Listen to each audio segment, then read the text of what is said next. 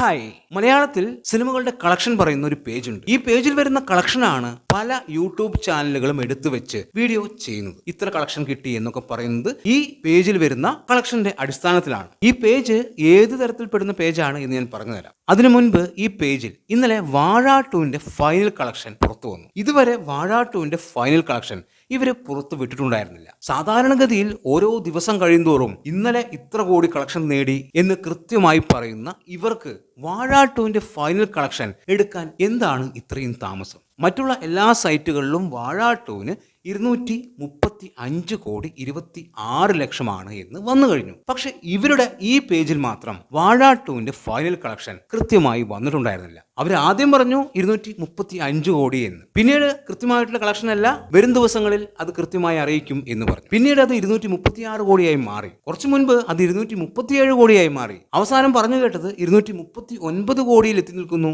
എന്നുള്ളതാണ്. കൃത്യമായിട്ടുള്ള കളക്ഷൻ അടുത്തു തന്നെ പുറത്തു വരും എന്നാണ് പറഞ്ഞത്. ഇപ്പോ ഇന്നലെ അവർ വാഴ 2ന്റെ ഫൈനൽ കളക്ഷൻ പുറത്തുവിട്ടിരിക്കുകയാണ്. അത് എത്രയാണ് എന്ന് ഞാൻ പറഞ്ഞുതരാം. കേരളത്തിൽ നിന്ന് 129 കോടി 55 ലക്ഷവും, റെസ്റ്റ് ഓഫ് ഇന്ത്യയിൽ നിന്ന് 20 കോടി 50 ലക്ഷവും, ഓവർസീസ് കളക്ഷനായിട്ട് 85 കോടി 40 ലക്ഷവും കിട്ടിയെന്നാണ് ഇവർ അവകാശപ്പെടുന്നത്. അങ്ങനെ ടോട്ടൽ 235 കോടി 45 ലക്ഷം എന്നാണ് നമ്മുടെ ഈ പ്രമുഖ സോഷ്യൽ മീഡിയ പേജ് പറയുന്നത്. അപ്പോൾ ഇന്നലെയാണ് ഇവർക്ക് വാഴ 2ന്റെ ഫൈനൽ കളക്ഷൻ കിട്ടിയത് എന്നുള്ളതാണ്. എന്തുകൊണ്ടാണ് ഇന്നലെ അവർക്ക് ഫൈനൽ കളക്ഷൻ കിട്ടിയത്? ഇവർക്ക് മുൻപേ അറിയാൻ സാധിക്കില്ലേ? ഓരോ ദിവസത്തെയും കളക്ഷൻ പുറത്തുവിടുന്ന ഇവർക്ക് ഫൈനൽ എടുക്കാനാണോ ഇത്രയും താമസം? അത് എന്തുകൊണ്ടാണ്? മറ്റുള്ള സൈറ്റുകളിലെല്ലാം 235 കോടി 26 ലക്ഷം എന്ന് പറയുന്നു. ഇവരുടെ ഈ പേജിൽ മാത്രം 235 കോടി 45 ലക്ഷം എന്നാണ് പറയുന്നത്. അതായത് 19 ലക്ഷത്തിന്റെ കൂടുതൽ. അതൊരു വലിയ കൂടുതലാണ് എന്ന് പറയാൻ സാധിക്കില്ല. പക്ഷേ ഇതിലും ഒരു കളി നടക്കുന്നു. സാധാരണ ഈ പേജിൽ വരുന്ന കളക്ഷൻ വാർത്തകളെല്ലാം കൃത്യമായി തന്നെയാണ് വരുന്നത്. പക്ഷെ മോഹൻലാലിന്റെ സിനിമകൾക്ക് മാത്രം ചെറിയൊരു കുറവുണ്ടാവാറ്. അത് കൃത്യമായി കളക്ഷൻ വീക്ഷിക്കുന്ന ആൾക്കാർക്ക് മനസ്സിലാവും. തുടരും എന്ന സിനിമയ്ക്ക് മറ്റുള്ള സൈറ്റുകളിലെല്ലാം കൊടുത്തിരിക്കുന്ന കളക്ഷൻ 235 കോടി 38 ലക്ഷം എന്നാണ്. അതായത് വാഴ 2വിനേക്കാളും കളക്ഷൻ കൂടുതലാണ് തുടരും എന്ന സിനിമയ്ക്ക്. പക്ഷെ വാഴ 2വിന്റെ കൃത്യമായിട്ടുള്ള കളക്ഷൻ എത്രയാണ് എന്ന് പറയാതെ തന്നെ അവർ പറഞ്ഞൊരു കാര്യമുണ്ട്. തുടരും എന്ന സിനിമയെക്കാളും മുകളിലാണ് വാഴ 2വിന്റെ കളക്ഷൻ എന്ന്. ഇവിടെ അവർ കളക്ഷൻ ഇന്നലെ കൊടുക്കുമ്പോൾ 235 കോടി 45 ലക്ഷമാക്കി മാറ്റുന്നു. അതായത് കൃത്യമായി പറഞ്ഞാൽ തുടരും എന്ന സിനിമയുടെ കളക്ഷന്റെ മുകളിൽ വാഴ 2 വന്നു നിൽക്കണം എന്നുള്ളത് അവരുടെ നിർബന്ധമാണ്. അതുതന്നെയാണ് അവിടെ സംഭവിച്ചത്. പിന്നെ ഒന്നുകൂടി പറയാം, എന്തുകൊണ്ടാണ് വാഴ 2ന്റെ ഫൈനൽ കളക്ഷൻ ഇതുവരെയും കൊടുക്കാതിരുന്നത് എന്ന്. ദൃശ്യം 3 ഏതുവരെ പോകും എന്നുള്ള ഒരു ചിന്തയിൽ നിൽക്കുകയായിരുന്നു അവര്. OTT പ്രഖ്യാപനം ഉടൻ വരും, ദൃശ്യം 3യുടെ കളക്ഷൻ കുറയും എന്ന് അവർക്ക് ഉറപ്പായിരുന്നു. അപ്പോൾ ഒരു 235 കോടി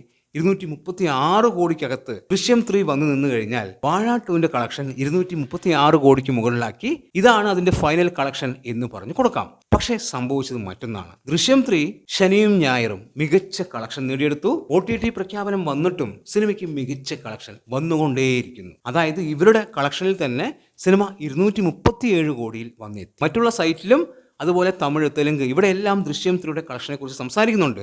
അവരെല്ലാം പറയുന്നത് 240 കോടി കഴിഞ്ഞു എന്നുള്ളതാണ്. ഇയാളുടെ ഈ പേജിൽ മാത്രമാണ് 237 കോടി എന്നുള്ളത്. അപ്പോൾ ഇനി എങ്ങനെയൊക്കെ വാഴ 2വിനെ പിടിച്ചു നിർത്തിയാലും ദൃശ്യം 3 അത് മറികടന്നു പോകും എന്ന് ഉറപ്പായി കഴിഞ്ഞു. ഇവരുടെ ചിന്താഗതിയിൽ മലയാള സിനിമയിലെ ഏറ്റവും വലിയ കളക്ഷൻ നേടിയ പടം അത് ലോകയായിരിക്കണം. 2ാം സ്ഥാനത്ത് എമ്പുരാൻ, അത് ഓൾറെഡി നേടിക്കഴിഞ്ഞതാണ്. 3ാം സ്ഥാനത്ത് മഞ്ഞുമൽ ബോയ്സ്, 4ാം സ്ഥാനത്ത് വാഴ 2 വരണം എന്നുള്ളതാണ് ഇവരുടെ ലക്ഷ്യം. അതായത് 2026 ഏറ്റവും വലിയ പണം വാരി പടം വാഴ 2 ആവണം എന്നുള്ളത് തന്നെയായിരുന്നു.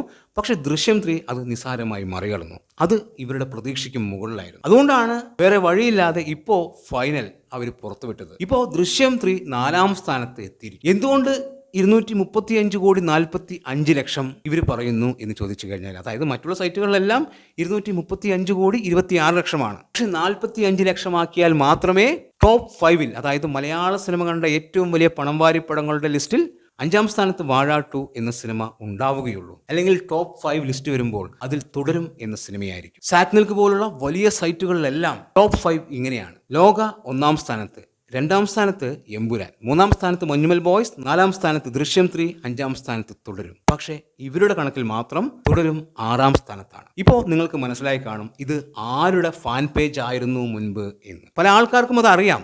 ഇവരുടെ കളക്ഷൻ വരുമ്പോഴേ പല ആൾക്കാരും അത് പറയാറുണ്ട്. നിങ്ങൾക്ക് മനസ്സിലായോ ഇത് ആരുടെ ഫാൻ പേജ് ആണ് എന്ന്? അവരിപ്പോൾ കളക്ഷൻ പറഞ്ഞുകൊണ്ടിരിക്കുകയാണ്. എല്ലാ സിനിമകളുടെയും കളക്ഷൻ കൃത്യമായിട്ട് തന്നെയാണ് പറയാറ്.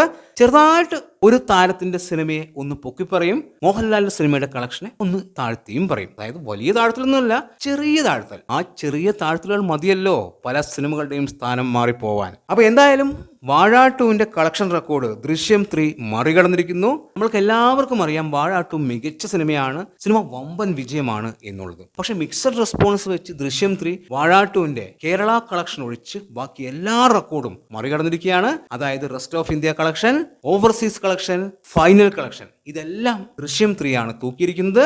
2026 ഏറ്റവും വലിയ പണം വാരി പടമായിട്ട് ദൃശ്യം 3 മാറിയിരിക്കുന്നു. ഇനി ദൃശ്യം 3യെ മറികടക്കാൻ മറ്റുള്ള സിനിമകൾക്ക്, അതായത് ഈ വർഷം ഇറങ്ങുന്ന സിനിമകൾക്ക് സാധിക്കുമോ ഇല്ലയോ എന്ന് നമ്മൾക്ക് കണ്ടു തന്നെ അറിയാം. എന്താണ് നിങ്ങളുടെ അഭിപ്രായമെന്ന് കമന്റ് ബോക്സിൽ കമന്റ് ചെയ്യുക. വീഡിയോ ഇഷ്ടമായാൽ ചാനൽ സബ്സ്ക്രൈബ് ചെയ്യുക. പുതിയൊരു വീഡിയോയുമായി കാണുന്നവരെ ബൈ ബൈ.